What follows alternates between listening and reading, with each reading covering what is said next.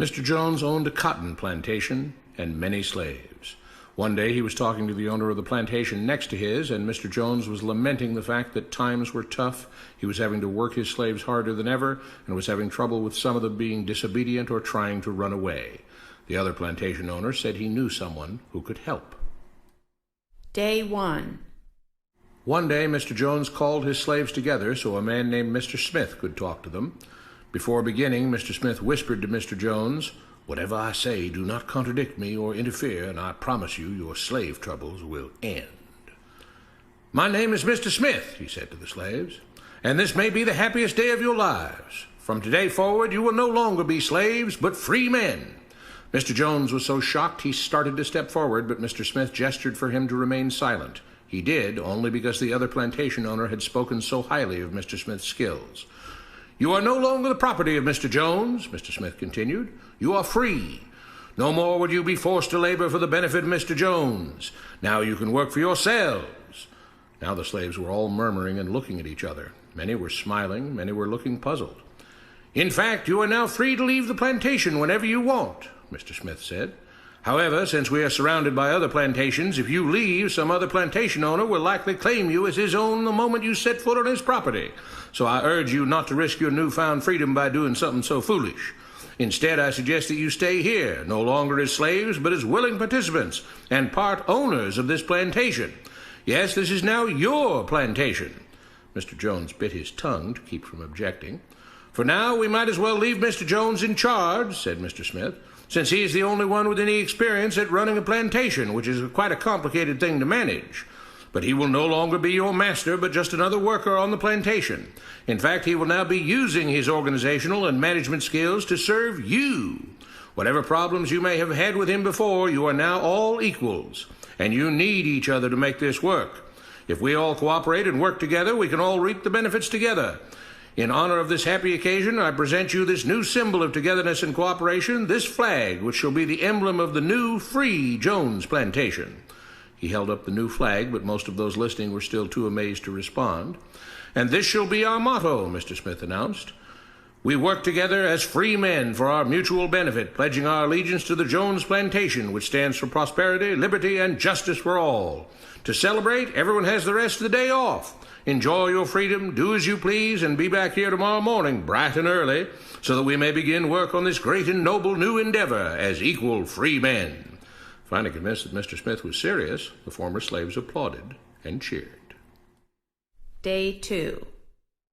"We all want this plantation to do well," Mr. Smith said at the beginning of the next meeting, "so we can all share in the benefits. We all know that it takes a lot of effort to make a cotton plantation work. Just because you're all free doesn't mean you can stop working.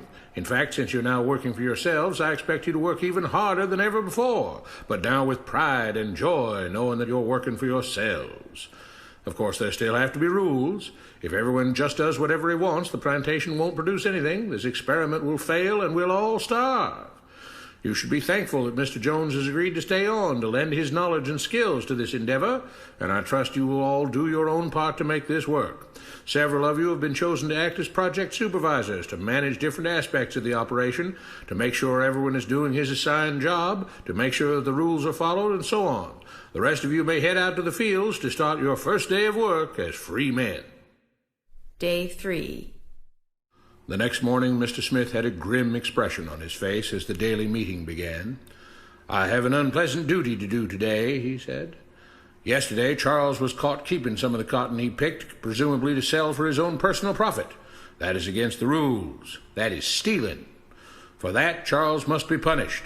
Two men tied Charles to the whipping post. "I take no joy in this," Mr. Smith continued, "but you must understand, if we do not maintain order, if we do not have rules that we all abide by, then the plantation will fail, and we will all suffer." The whip cracked against Charles' back. "But if we all pitch in for the common good, then we can all prosper. Being free doesn't mean you should be selfish and greedy. We must each do our assigned duties and obey the rules, and then we can all benefit, and each of you will receive your appropriate share of the profits." A young man named Samuel stepped forward. "But if you and Mr. Jones decide the rules and whip us if we disobey, how is that any different from what we had before?" "How can you say that?" Mr. Smith asked. "I'm shocked. You were a slave before, and now you're free. Things still need to be managed and organized by those best qualified to do so. Do you know how to run a plantation, Samuel?" "Well, no," he answered. "But if we're free, why do we get no say in what the rules are and how things work?" "I'm surprised at your ingratitude," Mr. Smith answered. "None of you know how a plantation is run, so you're in no position to be making decisions about how things are done here. You don't seem to appreciate all the things that Mr. Jones provides for you, from protecting you from all the outside threats that you know nothing about, those who would come here, capture and enslave you if not for Mr. Jones' protection, to making sure that you all have food and housing, tools to work with, that you're cared for when sick and injured, and so on. There wouldn't be a plantation at all, no cotton to pick, no land to plant and harvest, if not for him. You should be grateful that he's made possible the level of comfort you now have. Your lives would be far worse if not for him. Nevertheless, as free and equal participants in this endeavor, from now on at each meeting, any worker may have 2 minutes to ask questions or voice suggestions or complaints." With that, the workers all seemed satisfied and headed out again to the fields to pick the cotton. Day 4. "I have a big announcement," Mr. Smith said as the daily meeting began. "Mr. Jones' cousin is here, and not just to visit and see how our project is coming along. It has been decided that from now on you will be deciding who will manage the plantation. Of course, this job can't be done by just anyone, but every 3 months we will have a special meeting at which all the workers will vote on whether we think Mr. Jones should run the plantation or whether we think his cousin, Mr. Johnson, should run the plantation. That means that ultimately you are in charge, because you will be deciding which man you want running things on your behalf. If you don't like the way things are being managed, you now have the power to change it." Amazed and pleased, the workers headed out again to the fields to pick the cotton. Days passed, months passed, a year passed, and the plantation continued to operate as before. Sometimes Mr. Jones was in charge, sometimes Mr. Johnson was in charge, but the day-to-day routine stayed exactly the same. The workers worked hard, long hours every day, and still had little to show for it. Every day the meeting would begin with them all reciting the Jones Plantation motto, "We work together as free men for our mutual benefit, pledging our allegiance to the Jones Plantation, which stands for prosperity, liberty, and justice for all." One day Mr. Smith announced, "Samuel is asked to say a few words this morning, and whatever the rest of us may think of his ideas and opinions, we are all free here, and that means we are all allowed to speak our minds. So, Samuel, you have 2 minutes. Begin." Samuel stepped forward, looking scared. "I was excited when all this started," he began, glancing nervously at Mr. Smith and Mr. Jones. "But don't you all see what's happened here? Nothing has changed. We're all still slaves." There were grumbles of disagreement from the crowd. "They tell us what to do and whip us if we don't. They still make all the rules and punish us if we disobey. They let us make suggestions and complain about things, but they never really change anything. They let us choose between Mr. Jones and Mr. Johnson, but what's the difference? The situation stays the same. We do all of the work and they take as much as they want and decide how much they'll let us keep. They live in luxury, made rich by the cotton we pick.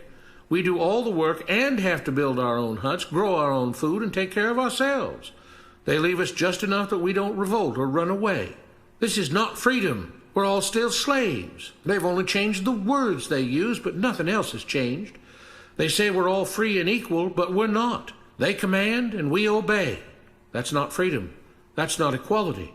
They say we're free to leave, but all that means is that we're free to be someone else's slave. Why should we work or obey the rules? We didn't agree to this. They made the system. They forced it on us. They control and rob us and call it freedom. They've deceived you into thinking that being able to choose which slave master you'll work for is the same as being free. It's not. Open your eyes. If you keep what you produce, they call it stealing. When they take what you produce, they call it sharing and fair distribution. Can't you see that this is all? Your time is up, Samuel, Mr. Smith announced calmly.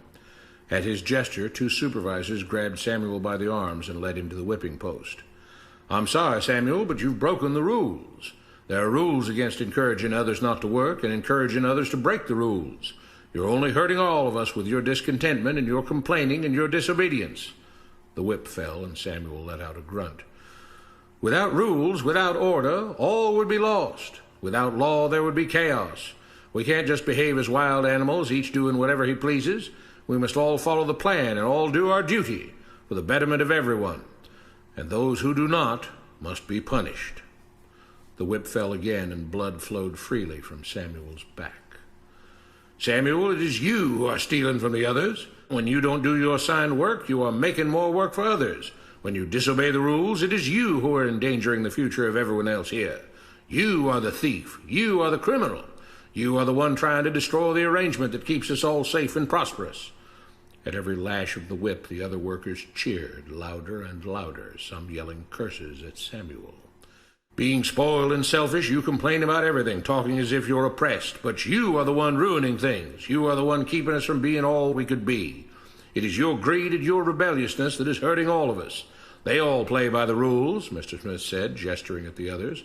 "What makes you think that you don't have to? You think you're above the law?" There were loud yells of agreement as the whip fell again. "We must maintain order," Mr. Smith proclaimed, "to make this plantation great, to make it so that we can all be happy and prosperous.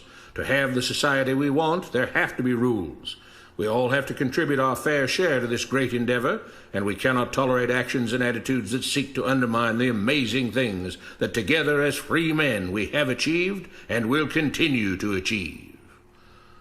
Mr. Jones was smiling as he gave Mr. Smith a pat on the back. The crowd was cheering so loudly that none of them had noticed that Samuel had died.